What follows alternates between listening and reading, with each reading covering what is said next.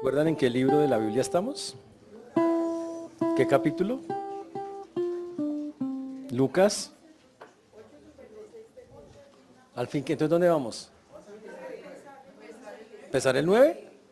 ¿Están seguros? Dicen ellos que en el 9. Venimos estudiando el libro de Lucas en forma sistemática, significa versículo por versículo. Y hemos avanzado vamos a llegar ya por 9 capítulos, podemos decir. Ya llevamos 9 capítulos de este libro tan interesante. Y básicamente Lucas tiene como propósito que nosotros afirmemos la fe que tenemos en Jesucristo como Señor, como Dios y como Salvador. Lucas quiere mostrarnos a través de todo lo que nos narra, a través de los procesos que ha desarrollado, que efectivamente estamos ante la presencia de nada menos y nada más que Dios, de Dios mismo, que Jesús es Dios, básicamente es lo que nos está diciendo el libro. Por eso Lucas comienza narrándonos la historia del precursor, el que las profecías decían que tenía que venir antes de Juan el Bautista. Ese que tenía que venir antes de Juan el Bautista es nada menos y nada más que, antes de Jesús era Juan el Bautista. Y efectivamente así es. Por eso toda la historia comienza con Juan el precursor, anunciando la venida del que vendría, que era el Mesías, o sea Jesús. Juan empieza su ministerio, lo que vimos en el libro de Lucas, y llegamos a un punto donde a los 30 años Juan reconoce a Jesús. Y dicen, miren, ahí viene el Cordero de Dios que quita el pecado del mundo. Ese mismo día, en esa misma escena, el Señor habla desde el cielo y dice, este es mi Hijo amado, en quien tengo complacencia. Y a partir de ahí, el ministerio de Juan se va desapareciendo hasta terminar en la cárcel, que es donde está en este momento de la historia, y el de Jesús empieza a crecer. Jesús empieza, inmediatamente es reconocido como Juan lo reconoce y Dios también lo reconoce. La siguiente escena que nosotros vemos es nada menos a Juan el Bautista, a Jesús recorriendo todos los lugares, comenzando su ministerio, siendo tentado por Satanás inicialmente, pero empezando a recorrer todas las regiones. Después de un recorrido de varios meses, casi 18 meses llevamos en esta escena de la Biblia, o sea, año y medio el ministerio de Jesús. Jesús ahora, después de haber recorrido todo, se da cuenta de que la gente lo está siguiendo, pero no por el mensaje de salvación, sino por las cosas que Él les ofrece, sanidad, comida, cosas así. Entonces el Señor decide que no va a hablar más de manera clara, sino por parábolas, para que solamente los que tengan un corazón dispuesto lo entiendan. Y a partir de ahí comenzó la parábola del sembrador que nosotros estudiamos. Antes de eso el Señor había subió al monte a orar y bajó y escogió a 12 personas que llamó apóstoles. Estos son aparte de la cantidad de discípulos que lo seguían y de las multitudes que lo seguían. A ellos les dio un sermón que se llama el Sermón del Monte en Mateo, que en Lucas no tiene ese nombre, y que habla específicamente de una cosa, amar al prójimo en todas las maneras posibles, que fue lo que vimos. Después de esto el Señor, vienen los discípulos de Juan el Bautista, están un poco inquietos queriendo saber si Jesús finalmente es el Mesías. Juan mismo les recomienda desde la cárcel, vayan y pregúntenle, y Jesús le dice, el evangelio está siendo predicado entre los pobres. Dígale eso a Juan, mire los milagros, los cojos andan, los sordos oyen, los ciegos ven, y el reino de Dios es predicado entre los pobres. Y eso le dijeron, o sea, sí, yo soy. El hecho de que no ocurra todo lo que todavía falta por cumplirse de Jesús, no quiere decir que Él no sea el Mesías que estaban esperando. Cuando llegamos y seguimos avanzando, lo que vemos es que la popularidad de Jesús sigue creciendo de una manera impresionante, de una manera muy, muy, muy fuerte. Y el Señor entonces decide empezar a mostrar cosas más fuertes. Decide está en el lago de Genesaret, allí en el lado de Galilea, y dice que va a pasar al otro lado. Y cuando va pasando viene una tormenta terrible, el Señor se para y controla la tormenta, que todos se quedan atónitos y dicen, ¿quién es este que puede detener? Le manda al viento y al mar y que se detengan. Pasa al otro lado y efectivamente está el endemoniado Gadareno. Este hombre lleno de demonios habla con Jesús y le pregunta, ¿qué tienes tú con nosotros? Todos se quedan como, ¿cómo así? ¿Los demonios reconocen a Jesús? Claro, porque reconocen que es el Hijo de Dios, o sea, hasta los demonios saben quién es Jesús. El resultado de haber estado allá es que lo sacan de ese lugar, lo echan, porque dice que los demonios se meten a unos cerdos, los cerdos caen al despeñadero, los dueños de los cerdos, los gentiles, dueños de los cerdos, se ofenden mucho, le dice que se vaya a la región, sin embargo él deja un misionero para que predique. El exendemoniado se convierte ahora en el misionero en ese lugar. Una cosa increíble que solo Dios puede, que solo el Señor puede hacer. Después de eso vemos que el Señor regresa al otro lado y ya lo están esperando para seguir haciendo cosas. Es cuando la mujer del flujo de sangre lo toca mientras va a sanar a la hija de Jairo y todos, eso fue lo que vimos la vez pasada, todos quedan atónitos. ¿Cómo es posible que Jesús pueda resucitar muertos? Porque básicamente eso es lo que ocurre en esa escena. El Señor resucita un muerto y algo increíble. Pero ahora vamos a algo más interesante, todavía algo increíble. Ya Jesús lleva 18 meses andando con estas personas. ¿No le gustaría a usted tomar un curso de entrenamiento con Jesús para la vida?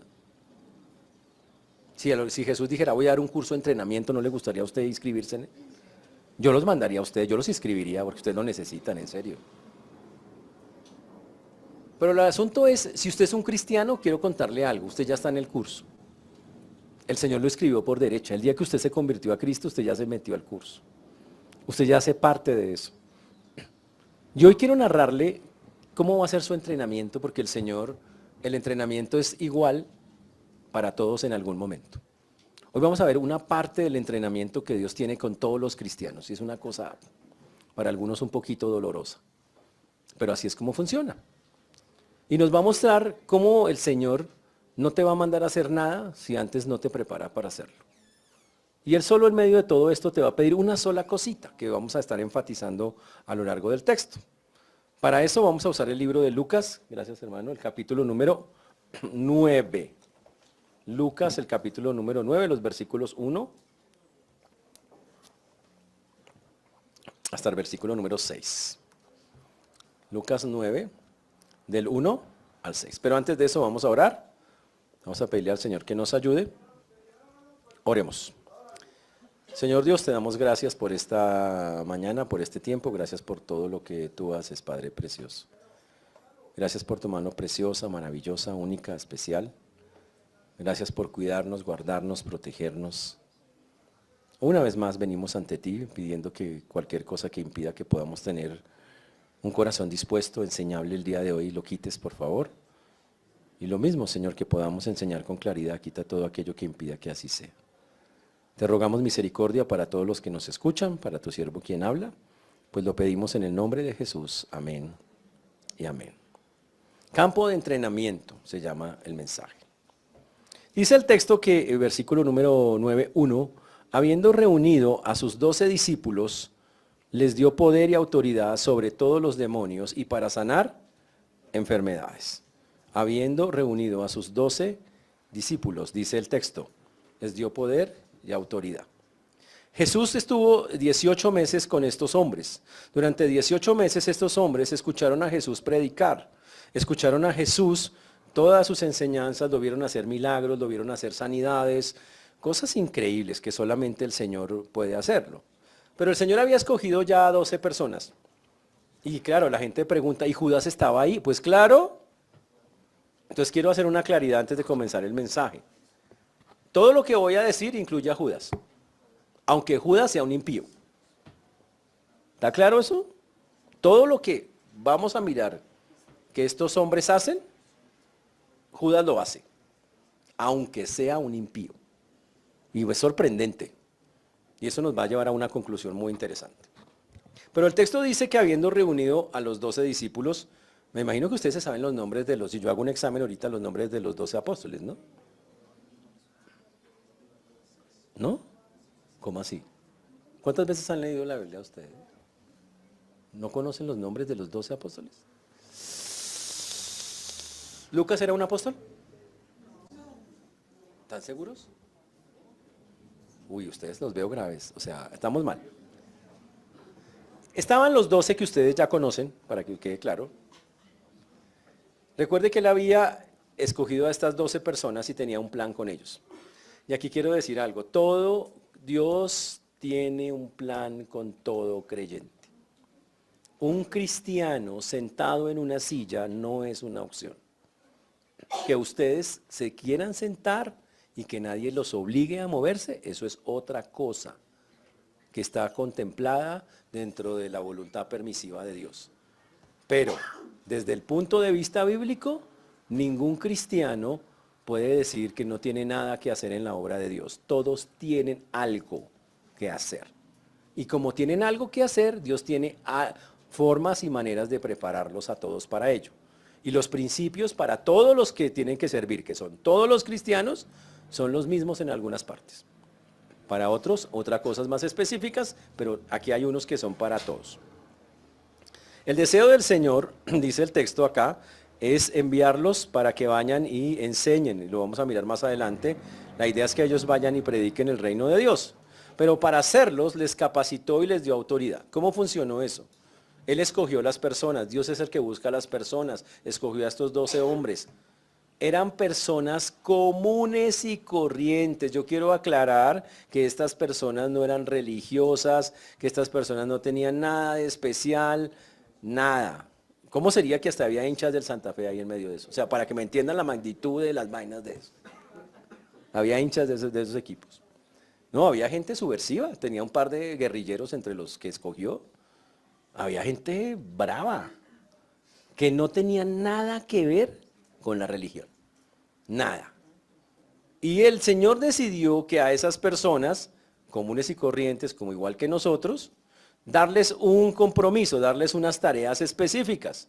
Y de eso es lo que habla ese texto, de cómo Dios coge a personas comunes y corrientes como nosotros y los manda a hacer cosas que son increíbles y que solo Dios los puede hacer.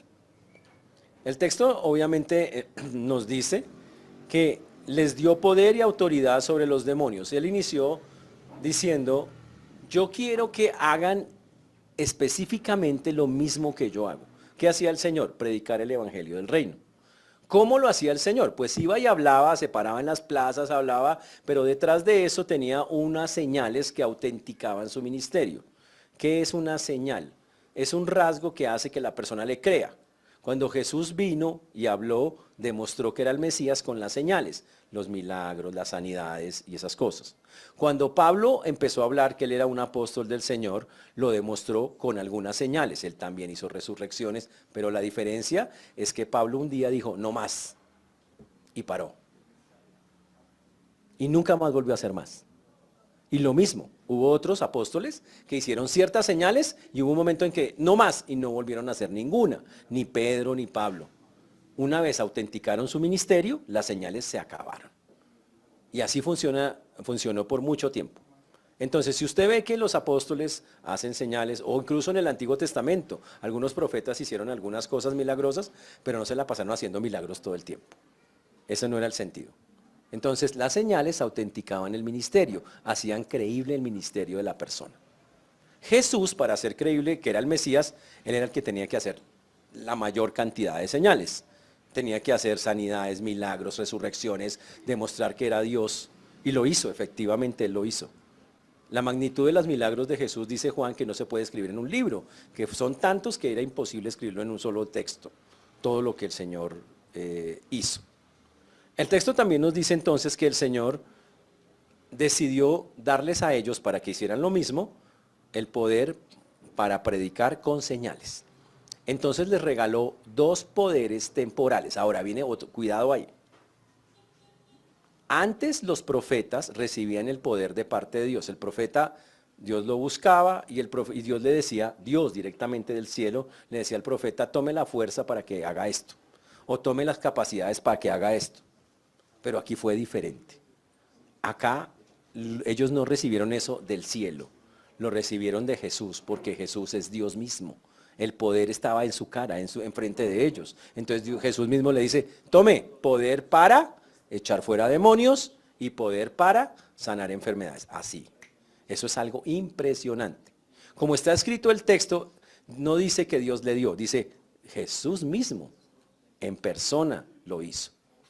Ahora, decimos que es un poder temporal porque esta escena se va a repetir en varias partes de la Biblia. Significa, para esta misión necesitaban este poder. Después, más adelante va a mandarlos a otra misión, necesitan otra vez que Dios les dé el poder para esa misión. Por eso es algo temporal. Y entonces, claro, surge la pregunta, ¿y Judas está echando fuera demonios? ¿Ese demonio echando fuera demonios? Sí. La Biblia no dice que no. y Judas haciendo sanidades. Uy, ¿usted cómo se imagina a Judas haciendo sanidades? Señora, yo la sano, pero ¿cómo vamos a ir? Bueno, uno pensaría eso malosamente. Pero eso no dice la Biblia. Judas te tapó mucho y se cubrió mucho de mostrar su avaricia y su codicia.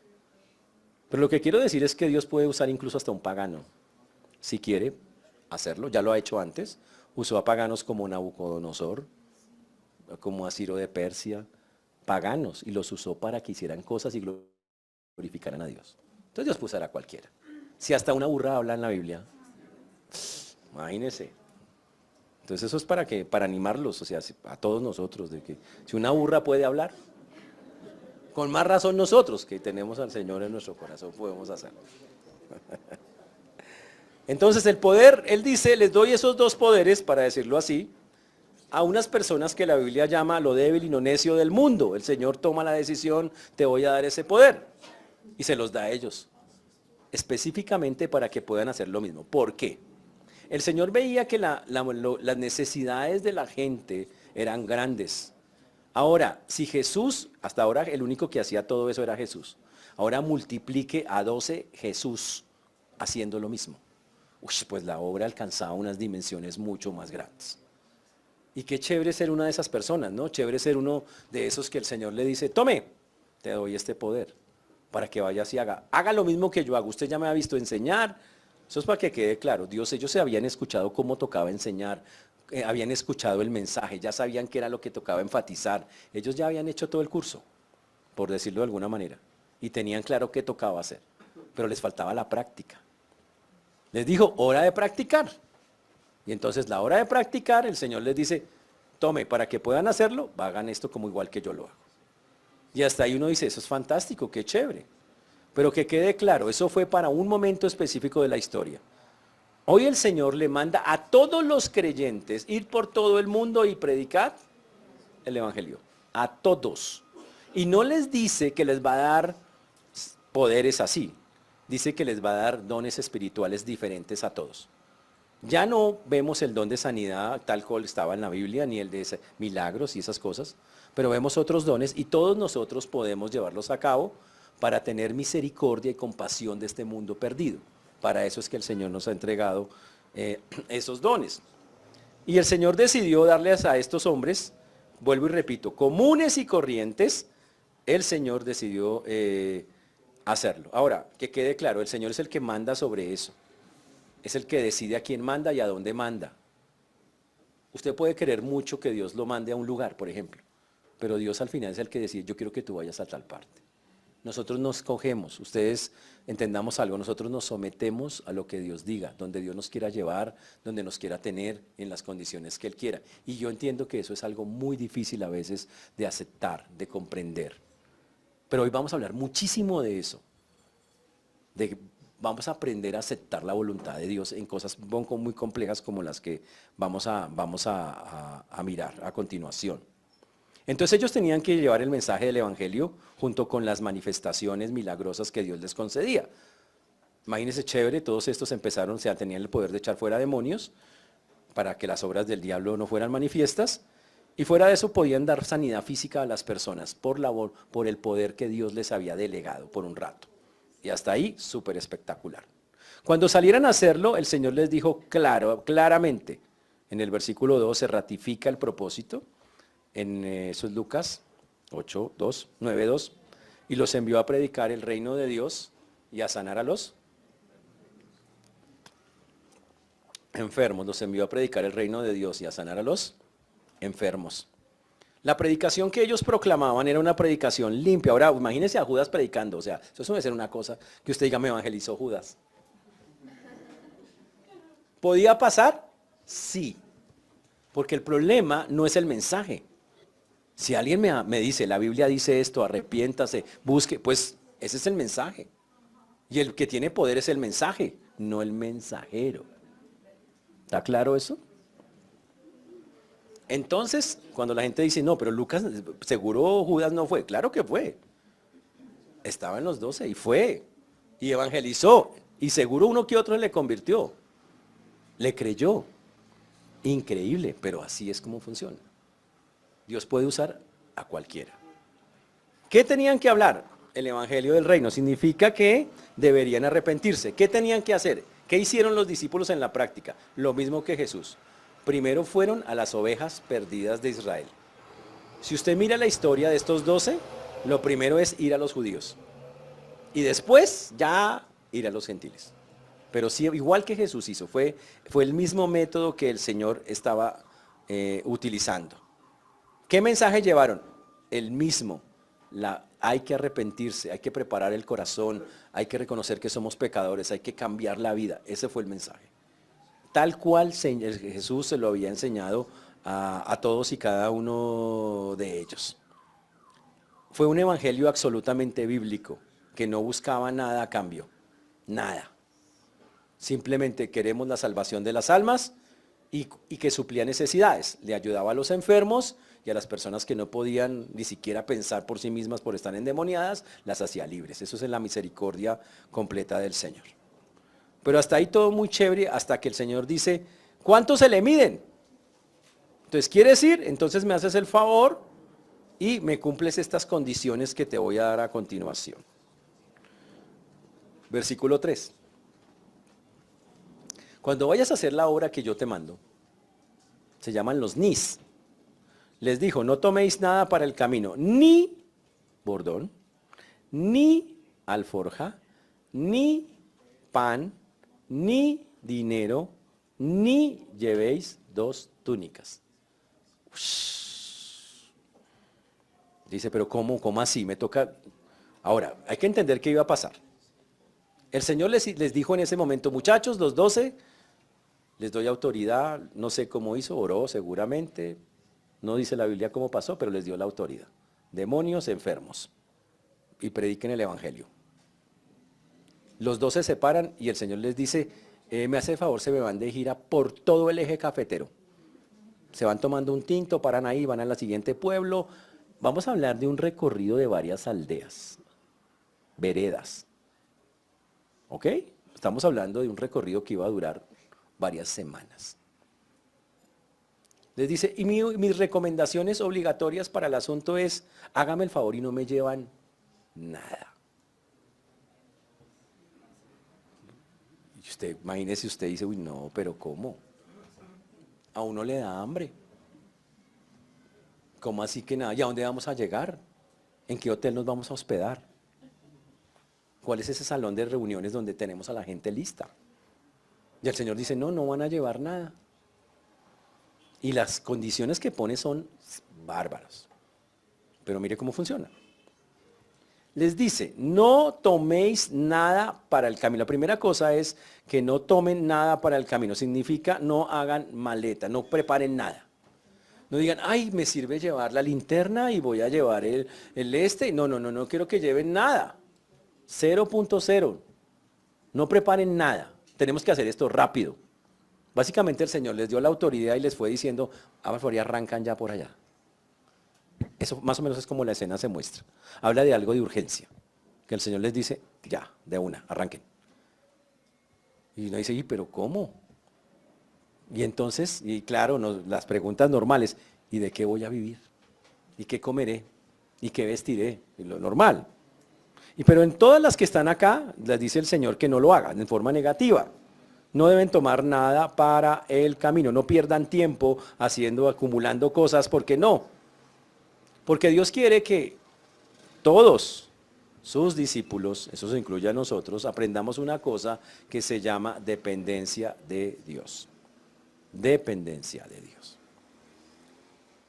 Señores, la vida que usted lleva es un campo de preparación. Todo lo que a usted le ha pasado no es una, ay, tan de malas yo en la vida, o tan de buenas. Dios tiene un plan. Y usted en este momento y yo a veces no logramos ver la dimensión del plan, porque es que Dios tiene una característica especial. Él nunca muestra todo el plan completo. Mejor dicho, usted le dice, Señor, quiero ver la película de mi vida. ¿Sabe qué hace el Señor? Solo le muestra trailers. Le dice, en el capítulo siguiente, y solo le muestra, y lo deja uno ahí. ¿Pero qué? No le dice nada más. A Dios no le interesa estarle contando a usted qué va a pasar para que usted esté tranquilo. Ay, no, o sea que... No. Usted todos los días se tiene que levantar y decir, bueno, Señor, hoy confío en ti, por donde me lleves. Así es como funciona la confianza en Dios. Y aquí dice, lo primero que le dice el Señor, no prepare nada, arranque. Segundo, no lleve bordón. Me imagino que ustedes que han leído la Biblia tantas veces ya saben que es un bordón, ¿cierto? Dice, ay, yo he bordado cosas en la casa, pastor, eso es un, ¿no? Es un palo. Es un palo. Recuerden que esto tiene un evangelio paralelo, o sea, quiere decir que esta historia la encontramos en Mateo y en Marcos. Y en las historias paralelas dice que lleve un bordón, que lleve el bordón que tiene. Y aquí dice que no lleve ninguno. No es una contradicción. Porque básicamente aquí dice que no lleve ninguno nuevo. Ahora, según los lugares donde la gente fuera, cambiaba su bastón. Había unos palos que eran más fuertes para ciertos terrenos y otros. Él le dice, el bastón que tenga, llévelo, no lleve nada más. No vaya a comprar uno especial para irme allá a ese lugar que es que toca subir una montaña. Nada, lleve el que tenga. O sea, ande con lo que tiene, punto. Eso es lo que le está diciendo literalmente. No se ponga de un bastón nuevo ni nada de eso. Ahora, ¿para qué usaban esa vara? Para ahuyentar los animales. En ese tiempo todavía había mucho animal salvaje. Había perros que no eran, que eran perros salvajes, se venían en manada, igual como todavía por ahí algunos en algunos lugares que están así, que atacaban a las personas. Y él les dice, nada, vayan con el que tienen, tranquilos. O sea, tomen únicamente lo que tienen a la mano. Cuando yo los mando a hacer algo y les digo que es ya, usted agarra lo que tiene a la mano y arranca con eso, no más, punto. Solo arranque con ese asunto. Eso es lo que le está diciendo. Uy. Dice que también no lleve alforja. ¿Sabe qué es la alforja? El morral. Sí, y entonces ¿dónde he hecho mis cositas? Dicen, no lleve alforja. Y entonces el cepillo de dientes, bueno, no usaban en ese tiempo, ¿no? ¿Cómo harían en ese tiempo? Uy, ¿qué masticarían las bellezas en ese tiempo? Pero el punto es, no puede llevar nada, no puede hacer un morral donde usted lleva sus papeles, la ropa, nada, yo no quiero no quiero que lleven morral. No van a llevar absolutamente nada de eso. Y uno dice, pero, uff. Además de eso, dice el texto, no toméis, esperen, no les he puesto en pantalla eso, versículo, así está, dice, ni pan, comida. Y si entonces, ¿vamos a palo seco? Sí, van a palo seco. ¿Y la comida? ¿Qué vamos a hacer ahí? Y cuando nos dé hambre por el camino, ¿qué? Dice, no, así no se puede hacer, eso realmente es complicado, pastor. ¿Será que no? El Señor está diciéndole a ellos con todas esas prohibiciones que no lleven nada, ustedes van a depender completamente de mí. Ustedes tendrán que aprender a confiar que yo les voy a proveer lo que les hace falta. Ustedes van a tener que entender que yo los voy a cuidar por el camino. Ustedes van a tener que aplicar un versículo de la Biblia que ya hemos estudiado, que está en Mateo 6:31 hasta el 33, que dice así, no os afanéis pues diciendo qué comeremos o qué beberemos o qué vestiremos, porque los gentiles buscan todas estas cosas, pero vuestro Padre Celestial sabe que tenéis necesidad de todas estas cosas. Y el Señor les dice, no se afanen por eso, diciendo qué comeremos o qué beberemos. No dice eso. Terrible, tremendo eso, ¿no? Dice, no se afanen. No, ¿por qué? El Señor dice más bien que en lugar de estarse preocupando por eso, dice el texto, versículo número 33, mas buscad primeramente el reino de Dios y su justicia y todas estas cosas os serán añadidas. ¡Wow! ¿Por qué no me debo preocupar por qué comer o por qué vestir? Porque el que provee la comida y el vestido es el Señor. Dice, pero es que yo trabajo con mis manitos y mis manitos, no son sus manitos, es Dios que simplemente decide a través de esa manera darles el sustento que usted tiene. Pero sigue siendo Dios y puede hacerlo de muchas maneras. Y el Señor dice, mire los pajaritos, ¿cuándo ha visto un pajarito aguantando hambre? ¿Ha habido pajaritos en su ventana a las 6 de la mañana con el pico, con el ala así? ¿Mono, un grano? No ha pasado. Y no va a pasar. ¿Por qué? Porque no, Dios cuida, Dios guarda. Dios da lo que necesita. Y es básicamente es lo que les está diciendo. Y les dice entonces que no lleven pan. Imagínense eso. Dice que no lleven pan. Pero dice que no lleven ni dinero. La gente guardaba, en el cinturón se guardaba, había como unos forritos que se hacían en los cinturones y ahí se guardaba la plata. Pero aquí el texto en el griego dice no lleve monedas, ni siquiera monedas. O sea, no quiero que lleve un peso. Nada. No quiero que lleve una monedita de nada. Usted dice, uff, pero lo mismo. Y claro, uno piensa, ¿y cómo vamos a hacer eso? Voy a servir a Dios y me dice que ni una moneda lleve. Efectivamente, es lo que le está pidiendo el Señor. En pocas palabras, tengan fe. Den un paso de fe. Den un paso de fe en el cual creen que Dios los va a proveer. Uy, interesante. Está diciendo, si ustedes necesitan algo, yo se los voy a dar. ¿Pueden confiar en eso? Ahora, piensen en las condiciones, ¿no? Vamos a arrancar en un viaje de no sé cuántos tiempo. Puede durar hasta un mes. Vamos sin el Señor. El Señor no va a ir al viaje. Él los va a mandar a ellos, solos. O sea, Jesús no va a estar ahí al ladito de ellos.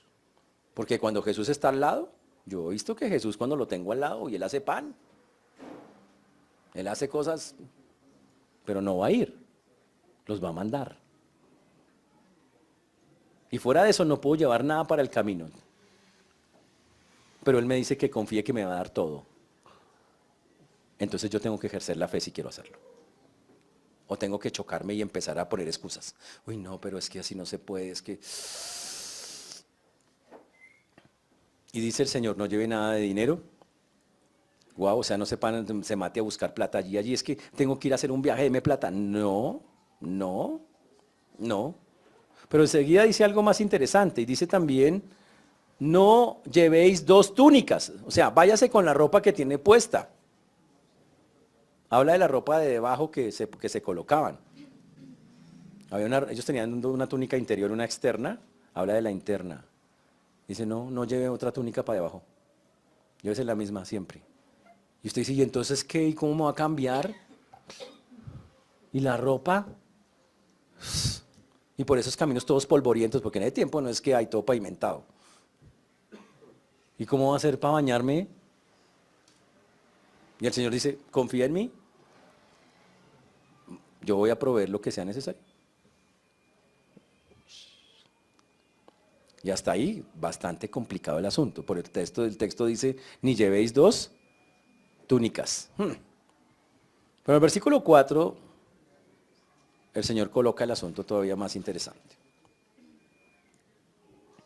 Ya con eso uno ya está como pensativo, pero en el 4 dice, y en cualquier casa donde entréis, quedad allí y de allí salid.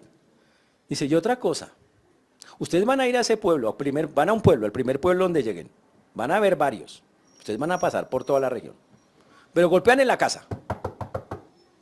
Venimos a predicar el evangelio del reino. Eso es lo que tiene que pasar. En algunas casas los van a recibir, en otras no. Pero resulta que en una casa, y puede ser la casa más humilde que sea, en la primera casa, donde usted vea que la persona le dice, quédese aquí, y lo llevan allá al fondo, al ladito donde guardan las papas del mercado, y le dicen, aquí le hacemos un campito. Dice, usted ahí se queda y no se mueve hasta que termine en ese pueblo la obra, antes de irse al otro. O sea, donde le toque. El texto, como está escrito, está diciendo, no golpee en varias casas buscando alojamiento o hospedaje. En la primera donde le ofrezcan, usted en esa se queda, así sea la más humilde. Porque puede que usted después vaya a otras casas y la otra casa con piscina y jacuzzi. Y usted, uy, pero ¿cómo? Y ahí sí es que me quede. Y el Señor le dice, no escoja. Donde le abran la puerta, en la primera casa donde le abran la puerta, en la condición en que sea, usted dice, gracias. Y se queda ahí hasta que termine. No se me mueva de ahí. Tremendo eso. Eso es. ¿Por qué? Porque yo podía golpear en varias y decir, ay, esta familia, me gusta esta casa, se ve como chévere, me ofrecen una habitación, tiene internet, Yo creo que ahí sí como... Y en la otra no, el baño es como en para 30. Y el Señor dice, no escoja. ¡Guau! En el texto paralelo que está en Mateo que está en Mateo, dice que solo hay una condición. Mateo sí pone una condición, que sea digno, que, que la persona sea digna, no es que tenga plata. Dice, pregunte por la reputación de la persona, no que sea que usted se quede en la casa de Jezabel. No, me quedé, me abrieron la puerta donde Jezabel. No, ahí no. Tiene que ser una casa de buena reputación, así sea la más humilde de todas. O sea, tenga discernimiento. Pregunte, le ofrecen tal cosa. Ustedes cómo son, quiénes son. El Señor le va a guiar. Y si ve que la persona es digna, la palabra tiene que ver temerosa de Dios, ahí se va a quedar. Y después no cambie. Ay, es que me encontré unos amigos que son familia allí en la casita de allí. Nada, en esa me voy a quedar. ¿Por qué? Porque voy a someterme a lo que Dios me ponga, como me lo ponga, donde lo ponga. Y el Señor confiaba plenamente que ellos iban a obedecer. Y por eso el texto lo dice claramente. Dice, y en cualquier casa entréis, quedad allí, o sea, no se mueva, y de allí, salid. En esos tiempos ser hospedador era una cosa muy normal. En los tiempos de hoy la gente no es tan hospedadora, a muchos les cuesta ser hospedadores, pero en esos tiempos era normal que las personas hospedaran a otros. Era algo que era muy normal, muy cultural.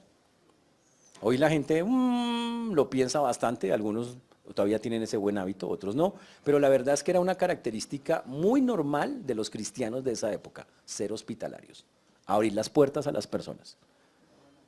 Normalmente había hasta reglas para eso, decía que lo normal era que te quedaras 2 días o 3 días máximo, nunca más, porque eso era hasta ahí, no estabas molestando. Esa era más o menos la regla de hospitalidad de la época. La hospitalidad debería seguir siendo una característica cristiana. Y obviamente yo entiendo que los tiempos han cambiado, pero no ha cambiado el mandato del Señor respecto a eso. Lo único que se pedía es que la persona no fuera indigna, sino digna, literalmente que fuera temerosa de Dios. Ahora miremos la escena. Ellos arrancan, el Señor les dice, tomen la autoridad, arranquen, vayan a tal lugar, por decir, váyanse para el eje cafetero. Y ellos empiezan a caminar. Y empiezan a golpear las puertas. Y no llevan nada. Caminaron varias horas. Si en una casa les quieren dar agua, oye hermano, ¿quieren un vasito? Si en una casa les quieren dar algo de comer, y si en una casa los quieren hospedar, bien. Si no, siga adelante. No pare, haga la obra que Dios lo mandó, punto. Qué impresionante eso. ¿Ya se animaron a las misiones? ¿No los está animando ese mensaje a, bueno, hagámoslo? ¿Sí? Quiero aclarar, esta no es la única forma en que Dios lo hace, pero sí es una forma en que Dios prueba a la gente que dice que de verdad va a meterse con Él. Los pone y los aprieta un rato en ciertas cosas. Eso sí pasa, para dejarlo claro con eso. No es la única manera que Dios hace. Ahora, ¿qué intención debería ser quedarse en una casa? Usted debería bendecir esa casa. Si usted está allá, entonces usted ora con esas personas, usted las ayuda. De eso se trata, hacer hospedador. El que usted ofrece su casa con amor y la persona lo bendice con su presencia. Porque si está evangelizando, después conoce de Dios y puede enseñarnos cosas. De eso se trata el asunto. Entonces, esa era más o menos la manera de eso. Pero había una cosa impresionante que si no lo recibían, usted tenía que hacer. Versículo 5. Y donde quiera que nos recibieren, salid de aquella ciudad y sacudid el polvo de vuestros pies en testimonio contra ellos. ¿Y qué pasa si no recibían el mensaje? Bueno, los judíos tenían un hábito en ese tiempo y era que si yo caminaba por una ciudad gentil, al salir de la ciudad gentil, yo tenía que hacer mis pies así, para limpiarme de cualquier impureza gentil, porque ellos eran enemigos y sentían que si habían tocado tierra gentil se habían ensuciado. Esa no es la connotación del texto acá, es otra cosa. Básicamente lo que está diciendo es, ese polvo que queda ahí cuando usted sale de esa casa donde lo rechazaron, quiere decir que ellos han rechazado a Jesús. Ese polvo es el testigo de las personas que dijeron no quiero, no me interesa. Ese es el testigo. Uy, impresionante eso. Ahora, eso no quiere decir que usted de ahí para adelante dice, los mira rayado. Dice, no quisieron recibir, no. Es- Se lo dejo a Dios. No es eso. Simplemente es un testimonio. No lo quisieron recibir, sigo orando por ellos. Señor, ten misericordia, Señor, tal cosa. Pero ahí está el testimonio de que aquí no fue, no quisieron. Y arranque. Y siga, y ojo, y arranque es, vamos a la siguiente puerta. Listo. Y arrancaron. Los discípulos efectivamente hicieron eso. O sea, entonces este testimonio, señores, que quede claro, no, que no es para maldecir a alguien. Aquí le dejo el polvo de mis pies para que les vaya re mal en la vida. No. Simplemente aquí está el testigo de que vino alguien y habló el evangelio. Y que ustedes rechazaron al mensaje y al mensajero. ¿Pueden arrepentirse? Claro. Pueden arrepentirse. Y llegar al Señor, por supuesto que sí. Ese es algo muy bonito que podía pasar. Era una manifestación pública de testimonio de que la palabra había corrido en ese lugar. Ahora, ¿podían rechazarlos feamente? Claro, podía haber gente que era muy cerrada, muy legalista y decirle, ¿ustedes qué hacen acá? Y intentarlos echar a piedra, como le pasó a muchos que predicaron el Evangelio, los mismos apóstoles más adelante. Podían pasarles cosas duras, difíciles, pero ellos tenían que seguir firmes con eso. Y el versículo 6 termina diciendo, y saliendo, ¿vale? Este versículo. Este es el 5. Vamos al 6. Y saliendo pasaban por todas las aldeas, anunciando el evangelio y sanando por todas partes. Dice las aldeas, en plural. Esta gente caminó y tuvo que quedarse varios días en un pueblo y salió y se fue después para otro. Y en todas, y aquí no dice y todos llegaron muertos de hambre, con la ropa vuelta a nada. No. Dios suplió cada cosa que necesitaban. Cuando Dios los levanta de la silla y les dicen a todos los creyentes que hagan algo, siempre les da todo lo que necesitan para que lleve a cabo esa obra. Si Dios dice, quiero que vayas y evangelices, Dios le da la capacidad de evangelizar. Le da la palabra para que lo haga, le da los dones o las capacidades para hacerlo. Si Dios le dice, vas a ser un misionero, le da todos los dones para ser un misionero. Dios no lo va a mandar en pijama a la guerra, lo manda equipado con todo lo que necesita. Y esa es la confianza de nosotros. Ustedes deberían estar tranquilos si Dios me manda a hacer algo. Por eso cuando Dios los manda a hacer algo no se asusten, porque no son ustedes. Dios les va a dar todo para que hagan la obra. Ustedes no tienen que hacer eso. Ay, yo no tengo eso. Pues obvio que usted no lo tiene, por eso Dios se lo va a entregar. De eso se trata el asunto de eso. Y dice que salían por todas las aldeas predicando, recorriendo una por una todas las poblaciones. Imagínense eso. Wow. Predicaban, sanaban. Pero más importante, detrás de todo esto, todos tenían que depender de Dios. Todos tenían que depender tremendamente del Señor. Eso es una cosa impresionante. Todos tenían que, sí, Señor. Y ahora, uno aprende confianza con eso. Claro, ahora todos los creyentes tienen que pasar por esto. Todos los creyentes tenemos que aprender a depender del Señor. Todos. No hay una sola persona acá que el Señor no les vaya a decir que usted tiene que aprender a depender específicamente de Él. Y la pregunta es, yo le hago la pregunta a usted, ¿usted depende hoy del Señor? ¿Ya aprendió a depender de Dios para todas las cosas? Eso es algo que yo quiero preguntarle. Usted puede decir confiadamente, sí, yo tengo una confianza plena en el Señor y yo sé que el Señor va a obra y el Señor hace. Aquí hay varias cosas en este texto que son la aplicación directa a nuestras vidas. Su vida es un campo de preparación y para todos es diferente.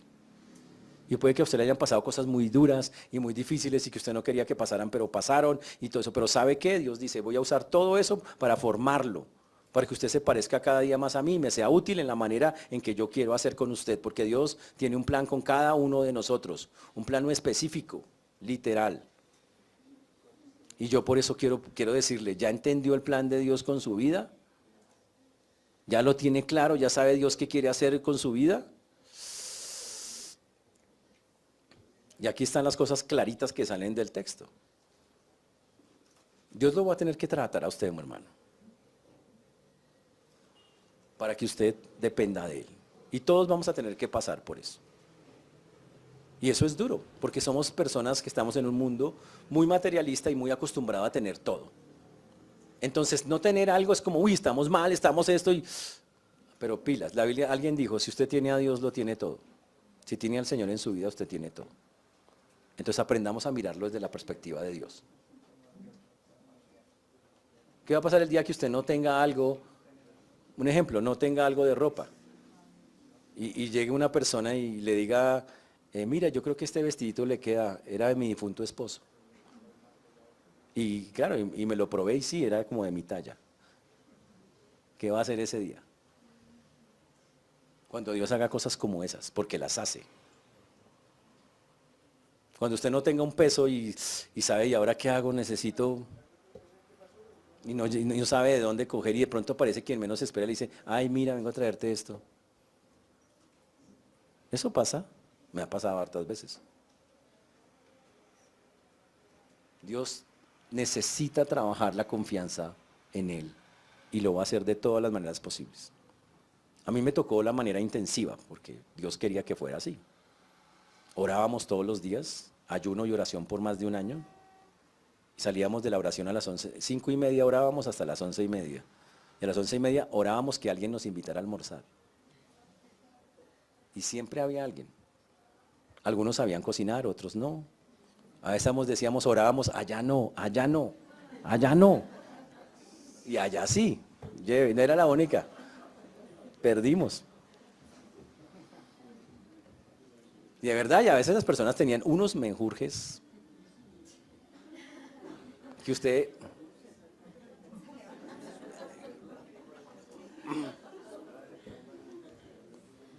Pero usted decía al final, gracias, porque eso fue lo que proveíste hoy.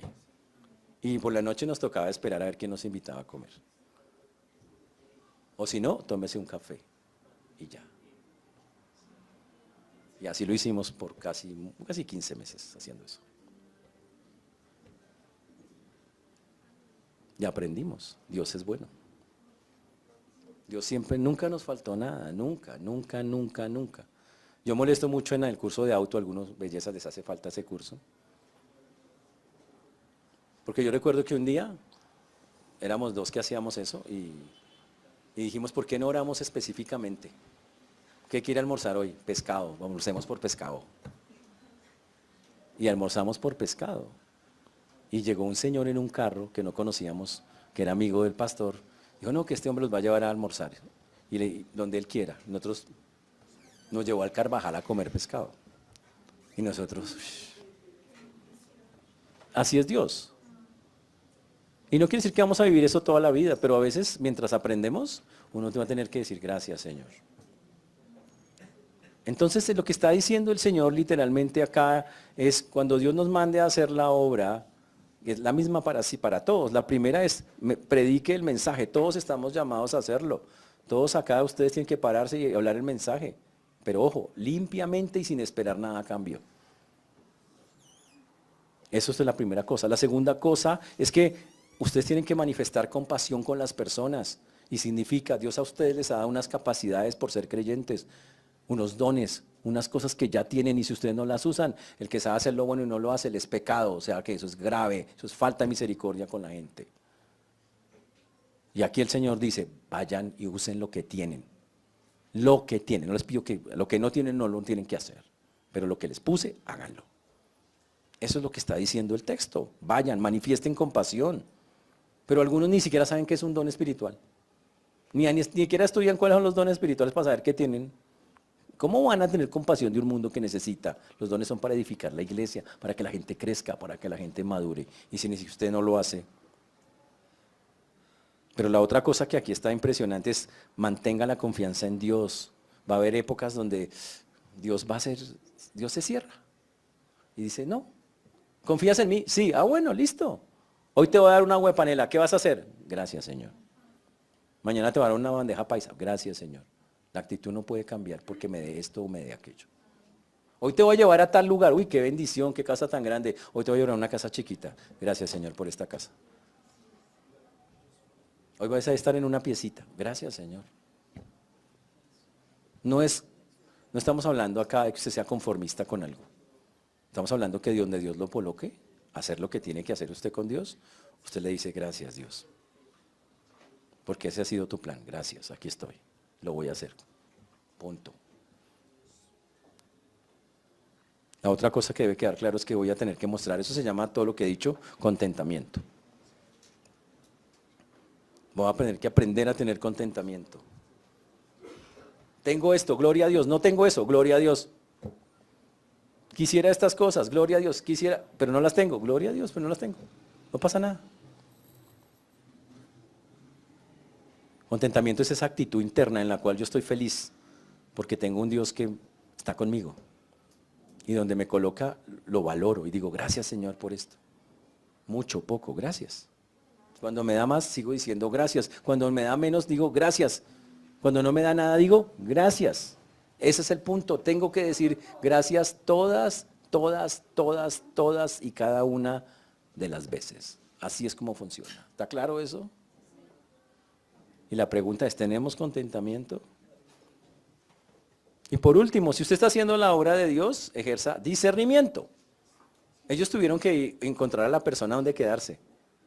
El discernimiento no era mirar con los ojos humanos a ver cuál es la casa más bonita. El discernimiento es quién tiene un corazón para Dios y abre su corazón y su casa. Ahí me voy a quedar. Así es como funciona. Entonces, yo quiero animarlo a que aprenda a depender de Dios. No quiere decir que va a vivir así toda la vida, no, eso no pasa. Pero sí quiere decir que todos tenemos que pasar a veces momentos donde nuestra confianza es probada, nuestra fe es probada en el Señor y yo voy a tener que agachar la cabeza y decirle, listo Señor, aquí estoy. Gracias. Y darle gracias por el día como venga, por el lugar donde esté. Usted como cristiano en el trabajo puede que a veces se sienta quejarte, no diga eso, diga gracias Señor, yo sé que es. Aprenda a darle gracias por lo pequeño, el que es fiel en lo poco, en lo mucho lo pondré, dice la Biblia. Dale gracias por cada cosa. Dios sabrá hasta cuándo lo tiene ahí. Pero pruébele a Dios, muéstrele a Dios, Señor, yo soy fiel a ti donde me coloques, no importa. Y te doy infinitas gracias por lo que me das cada día. Eso es lo que Él quiere.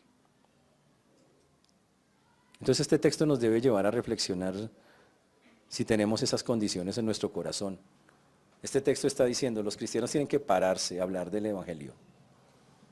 Todos están llamados a servir y todos estamos llamados a depender de Dios. Dependamos de Él, démosle gracias.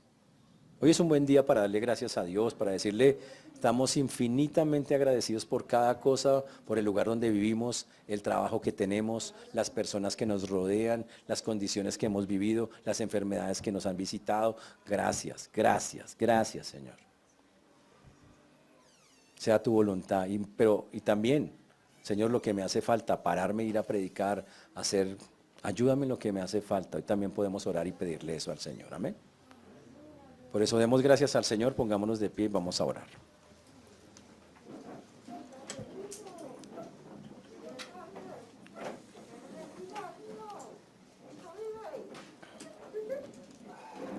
Oremos en perfecto silencio.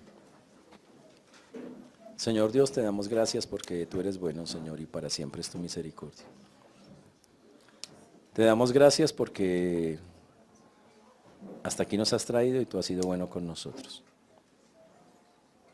Gracias porque tu mano preciosa y maravillosa, Señor, siempre nos ha cuidado, guardado, protegido. Gracias, Señor.